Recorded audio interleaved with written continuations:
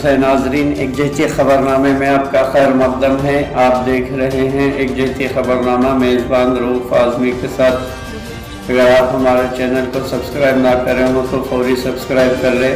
تازہ ترین خبروں کے لیے، تازہ ترین تبصروں کے لیے دیکھتے رہیں ایک جہتی خبرنامہ میزبان رؤوف اعظمی کے ساتھ۔ تم بہترین امت ہو جو لوگوں کے لیے پیدا کی گئی ہے۔ تم نیک باتوں کا حکم کرتے ہو اور بری باتوں سے روکتے ہو اور اللہ تعالیٰ پر ایمان رکھتے ہو۔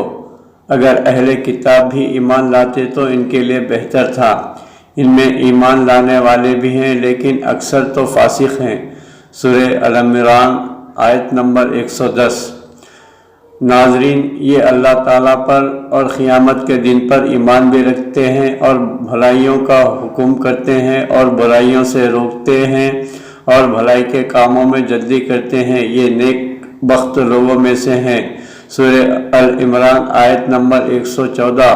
ناظرین، اسی طرح اللہ تعالیٰ آگے فرماتے ہیں، یہ جو کچھ بھی بھلائیاں کرے ان کی ناقدری نہ کی جائے گی اور اللہ تعالیٰ پرہیزگاروں کو خوب جانتا ہے۔ سورہ ال-عمران آیت نمبر 115۔ مسلمان امر بالمعروف اور نہی عن منکر کو اپنے دین کے اساس کیوں سمجھتے ہیں؟ انسان بہت ہی زیادہ خطا کار اور بھول جانے والا ہے۔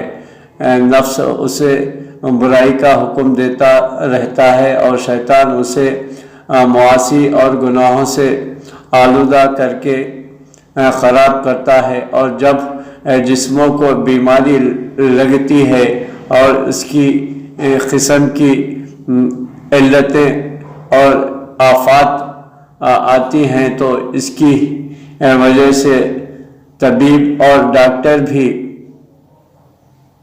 ہونا ضروری ہے اور اسی کی ضرورت محسوس ہوتی ہے، جو کہ اس کے لیے مناسب دوائی اور علاج تجویز کرنا ہے تاکہ جسم اپنے اعتدال پر واپس آ سکے۔ تو نفسوں کی بھی یہی حالت ہے اور دلوں کو شبہات اور شہوات کی بیماریاں لاحق ہوتی ہیں تو وہ اللہ تعالیٰ کی حرام کردہ اشیاء کا ارتکاب کرتا ہوا کبھی تو کسی کا ناحق خون بہاتا ہے اور کبھی زناکاری کا مرتکب ہوتا ہے اور کبھی شراب نوشی کا مرتکب ہوتا ہے اور بعض اوقات لوگوں پر ظلم کرتا ہوا باطل اور غلط طریقے سے ان کے اعمال ہڑپ کرتا ہے اور اللہ تعالیٰ کے راستے ایسے روکتا اور اللہ تبارک و تعالیٰ کے ساتھ کفر جیسے بڑے جرم کا مرتکب ہوتا ہے۔ امراض قلب اور دل کی بیماریاں جسمانی امراض وہ بیماریوں سے زیادہ خطرناک ہوتی ہیں، لہذا اس کے لیے کسی ایسے ماہر طبیب اور ڈاکٹر کی ضرورت ہے جو اس کا علاج کرے اور امراض قلوب کی کثرت اور اس سے پیدا ہونے والے شر و فساد کی بہتات کی بنا پر اللہ تعالیٰ سے مومنوں کو اس کا مکلف ٹھہرایا ہے کہ وہ ان بیماریوں کا علاج امر بالمعروف و نہی عن المنکر کے ساتھ کرے۔ اللہ تعالیٰ قرآن مجید میں فرماتے ہیں، تم میں سے ایک جماعت ایسی ہونی چاہیے جو بھلائی کی طرف بلائے اور نیک کاموں کا حکم کرے اور برے کاموں سے روکے، اور یہی لوگ فلاح و نجات پانے والے ہوں گے۔ سورہ ال-عمران آیت نمبر 104۔ امر بالمعروف اور نہی عن المنکر ایک ایسا کام ہے جو اسلامی امور میں سے سب سے اعلیٰ و اشرف ہے، بلکہ یہ کام تو انبیاء و رسول کا وظیفہ اور کام تھا، جیسا کہ اللہ سبحانہ و تعالیٰ نے اپنے اس فرمان میں ذکر کیا ہے۔ ہم نے انہیں رسول بنایا ہے، خوشخبریاں سنانے والے اور آگاہ کرنے والے، تاکہ رسول بھیجنے کے بعد اللہ تعالیٰ پر لوگوں کی کوئی حجت اور الزام باقی نہ رہ جائے۔ سورہ النساء آیت نمبر 165۔ ناظرین، اللہ تعالیٰ نے امت اسلامیہ کو یہ کام سر انجام دینے کے لیے سب سے بہتر اور اچھی امت بنایا ہے، جو کہ لوگوں کو اس کام کا حکم دیتی ہے اور برے کاموں سے روکتی ہے۔ ناظرین، اللہ کے رسول صلی اللہ علیہ وسلم نے ہمیں ایک ضابطۂ حیات دیا ہے، زندگی گزارنے کے اصول بتائے ہیں، اصول دیے ہیں تاکہ ہم بہتر زندگی کو پا سکیں۔ ناظرین، اللہ تعالیٰ فرماتا ہے تم بہترین امت ہو جو لوگوں کے لیے بھلائی کے لیے پیدا کی گئی ہو، نکالی گئی ہو۔ وہیں پر ناظرین ہم صبح سے شام تک اللہ کے رسول صلی اللہ علیہ وسلم کی نافرمانی کرتے ہوئے نظر آتے ہیں، بڑے احادیث کا انکار کرتے ہوئے نظر آتے ہیں، جیسا کہ اللہ کے رسول صلی اللہ علیہ وسلم نے امت مسلمہ پر نکاح کو آسان بنانے کا حکم دیا ہے تاکہ زنا کاری مشکل ہو جائے۔ ناظرین، نکاح شروع ہونے والی عظیم عبادت ہے۔ ناظرین، نکاح حضرت سید آدم علیہ نبی علیہ السلام سے شروع ہونے والی عظیم عبادت ہے، نسل انسانی کے وجود میں آنے اور باقی رہنے کا ذریعہ اور صالحین و عابدین علیہ رحمۃ اللہ علیہ مبین کی پیدائش کا سبب ہے۔ نکاح اگر شریعت کے مطابق کیا جائے تو شرم و حیا کے حصول کے ساتھ ساتھ فراخ دستی اور خوشحالی کا سبب بھی ہے کہ حدیث پاک میں ہے شادی کے ذریعے رزق تلاش کرو۔ جامع صغیر صفحے نمبر 98، حدیث مبارکہ 1567۔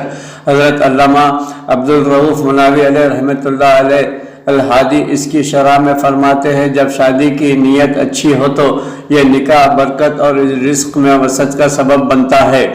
ناظرین، شادیوں کے اخراجات فی زمانہ شادیوں میں لاکھ روپے خرچ کرنے کا رجحان بڑھتا جا رہا ہے۔ معاذ اللہ، لوگ اس کے لیے سودی قرضہ لینے سے بھی نہیں شرماتے۔ لاکھوں کروڑوں روپیہ قرض لے کر شادی تو ہو جاتی ہے مگر دلہا بیچارہ سالوں سال قرض ہی اتارتا رہتا ہے۔ شادیوں کو بیجا خرچ کا اندازہ اس بات سے لگایا جا سکتا ہے کہ ایک متوسط گھرانے میں شادی کی تاریخ طے کرنے کی تقریب ہوئی جس میں 2.5 من 100 کلو گوشت کا قورمہ تیار کیا گیا۔ دن تاریخ مقرر کرنے کی اس تقریب سے بارات اور دیگر تقریبات میں کیے جانے والے اخراجات کا اندازہ لگانا مشکل نہیں۔ ناظرین، برکت والا نکاح ہمارے پیارے آقا حضرت محمد مصطفیٰ صلی اللہ علیہ وسلم نے اس نکاح کو برکت والا قرار دیا جس میں فریقین کا خرچ کم ہو۔ چنانچہ نبی کریم صلی اللہ علیہ وسلم نے فرمایا بڑی برکت والا نکاح وہ ہے جس میں بوجھ کم ہو۔ حکیم الامت مفتی احمد یار خان علیہ رحمۃ اللہ علیہ اس حدیث کے تحت لکھتے ہیں، یعنی جس نکاح میں فریقین کا خرچ کم کرایا جائے، مہر بھی معمولی ہو، جہیز بھاری نہ ہو، کوئی جانب مخروض نہ ہو جائے، کسی طرح سے شرط سخت نہ ہو، اللہ عز و جل کے توکل پر لڑکی دی جائے، وہ نکاح بڑا ہی بابرکت والا ہے۔ ایسی شادی خانہ آبادی ہے۔ آج ہم حرام رسم و بیہودہ رواجوں کی وجہ سے شادی کو خانہ آبادی بلکہ خانہ یعنی بہت سارے گھروں کے لیے باعث بربادی بنا لیتے ہیں۔ اللہ تعالیٰ اس حدیث پاک پر عمل کی توفیق عطا فرمائے۔ ناظرین، امام الانبیاء حضرت محمد مصطفیٰ صلی اللہ علیہ وسلم کی شہزادی حضرت سیدنا فاطمہ زہرا رضی اللہ تعالیٰ عنہ کے مبارک نکاح اور دیگر صحابہ اکرام علیہ رضوان اللہ اجمعین کی شادیوں کو دیکھا جائے تو پتہ چلتا ہے کہ شادی کرنا آسان ہے، کیونکہ ہمارے لیے رہبر و رہنما یہی ہستیاں ہیں جن کی اتباع دنیا و آخرت میں کامیابی کی ضامن ہیں۔ یاد رکھے، شادی کے لیے شریعت نہ تو کسی شادی حال کو لازم قرار دیا ہے اور نہ ہی نمود و نمائش، آشائش بازی اور فضول خرچیوں کو شادی کا حصہ قرار دیا ہے، بلکہ ان میں سے بعض صورتیں تو ناجائز و حرام ہیں۔ بدعت، خرافات اور فوٹوگرافی، ویڈیوگرافی رسم و رواج عام ہوتے جا رہی ہیں، انگیجمنٹ عام ہوتے جا رہے ہیں۔ نکاح کا اعلانیہ طور پر مسجد میں اور جمعہ کے دن ہونا مستحب ہے۔ اللہ کے نبی صلی اللہ علیہ وسلم نے فرمایا، یعنی نکاح کا اعلان کرو، اسے مسجد میں منعقد کرو۔ حضرت مفتی احمد یار خان علیہ رحمۃ اللہ علیہ اس کے تحت فرماتے ہیں، فقہ فرماتے ہیں کہ مستحب یہ ہے کہ نکاح جمعہ کے دن بعد نماز جمعہ مسجد میں تمام نمازیوں کے سامنے ہو تاکہ نکاح کا اعلان بھی ہو جائے اور ساتھ ہی جگہ اور وقت کی برکت بھی حاصل ہو جائے۔ نیز نکاح عبادت ہے اور عبادت کے لیے عبادت خانہ یعنی مسجد موزون جگہ ہے، نہ کہ شادی خانے، نہ کہ بازار، اور اس میں کسی بھی فضول خرچی کی اجازت نہیں دی گئی ہے۔ ناظرین، نکاح سنت ہے، وہ بھی مسجد میں کرنے کا حکم ہے، اور ولیمہ مسنون ہے۔ ولیمے کا کھانا نکاح کے شکرانے میں دعوت ولیمہ سنت نبی صلی اللہ علیہ وسلم ہے۔ نبی کریم صلی اللہ علیہ وسلم نے حضرتنا سیدنا صفیہ رضی اللہ تعالی عنہما سے نکاح کے بعد جو ولیمہ کیا، اس میں نہ گوشت تھا نہ روٹی تھی، بلکہ ولیمے کے کھانے میں کھجور اور گھی کا حلوہ تیار کیا گیا۔ بخاری صفحہ نمبر 86، حدیث نمبر 4213۔ ناظرین، عالم کے مالک و مختار کل صلی اللہ تعالی علیہ وسلم نے حضرت سیدنا زینب رضی اللہ تعالی عنہ کے نکاح پر پوری ایک بکری سے ولیمہ کیا۔ ایسا ولیمہ ازواج مطہرات میں سے کسی کا نہیں کیا گیا۔ حدیث نمبر 5168 بخاری شریف۔ یعنی تمام ولیموں میں یہ بہت بڑا ولیمہ تھا کہ ایک پوری بکری کا گوشت پکایا گیا۔ اس ولیمے کے علاوہ باقی ولیموں میں چھوارے، پنیر وغیرہ کھلائے گئے تھے۔ ہمیں شادی کے تمام معاملات کو شریعت کے مطابق کرنے کی توفیق عطا فرمائے، آمین ثم آمین۔ ناظرین، ہمارے ملک میں بہت سارے ملت اسلامیہ کی تنظیمیں جو اصلاح معاشرے کے عنوان پہ لوگوں کی فلاح و بہبود کے لیے لگی ہوئی ہے، لیکن افسوس ہوتا ہے کہ شادی بیاہ کی اسراف والی رسموں میں، بدعت والی، خرافات والی شادیوں میں یہ علماء و اکابرین کی سرپرستی معنی خیز ہے۔ ان افراد کی سرپرستی کی وجہ سے ہمارے ملک میں جہیز کی رسم عام ہوتے جا رہی ہے، جس کے سبب کئی کماری لڑکیاں اپنی عمر کو پہنچ چکی ہیں۔ کئی لڑکیاں جہیز کی مانگ کی بدولت لقم اجل ہو چکی ہے۔ ناظرین، جہیز کی رسم یہ ہمارے معاشرے کی شرمناک تصویر بنتی جا رہی ہے۔ ناظرین، ہمارے ملک میں دیہی اور شہری معاشرت میں ناپسندگی کے باوجود جہیز کی شادی کا لازمی حصہ تسلیم کیا جاتا ہے۔ بدعت، خرافات کثرت سے انجام دیے جاتے ہیں۔ ناظرین، جہیز کی دیہی اور شہری زندگی کی وہ رسم ہے جو عمومی ناپسندگی کے باوجود کسی نہ کسی شکل میں اب بھی جاری ہے۔ وقتاً فوقتاً اس سے جڑے حساس مسائل کی نشاندہی کرتا کوئی منظر یا جملہ سبھی کو یاد دلا جاتا ہے کہ ان کے دائیں بائیں کچھ غلط ہو رہا ہے۔ ناظرین، ملک بھر میں سوشل میڈیا یوزرز کو اس مرتبہ ایک تصویر نے جہیز اور اس سے جڑے مسائل کی یاد دہانی کرائی ہے تو ٹویٹر صارفین نے اس معاشرتی روایت کو خوب تنقید کا نشانہ بنایا ہے اور اسے ختم کرنے کی اپیل کی ہے۔ ناظرین، اقوام متحدہ کے ذیلی ادارے نے اپنے ٹویٹر اکاؤنٹ پر جہیز کی رسم سے متعلق چند تصاویر شائع کی تو اس پر ہونے والی گفتگو سے واضح تھا کہ صارفین کی اکثریت کو جہیز کی یہ روایت بالکل پسند نہیں ہے۔ اس کے باوجود بھی یہ روایت ناسور بنتے جا رہی ہے۔ ناظرین، پیغام کے ساتھ جاری کی گئی تصویر میں ایک خاتون کو جہیز اور اپنے شوہر دونوں کا بوجھ اٹھاتے چھکڑے کو کھینچتے دکھایا گیا ہے۔ صارفین نے کہیں این وومن کی جانب سے کی گئی ٹویٹ کے ریپلائز میں اور کہیں الگ الگ تبصروں میں جہیز سے وابستہ مسائل کا ذکر کرتے ہوئے اسے خراب رسم قرار دیا ہے۔ ناظرین، نعمت نامی صارف نے اپنے تبصرے میں کہا کہ اس نظام کو ختم ہونا چاہیے۔ یہ لڑکیوں پر مسلط ایک لعنت ہے جو اسلام نے خارج کی ہے۔ صرف اس نظام کی وجہ سے والدین اپنی بیٹیوں کو ہی مار دیتے ہیں، باطن رحم میں انہیں ختم کر دیتے ہیں، جو زمانے قدیم کی رسم آج پھر زندہ ہو رہی ہے۔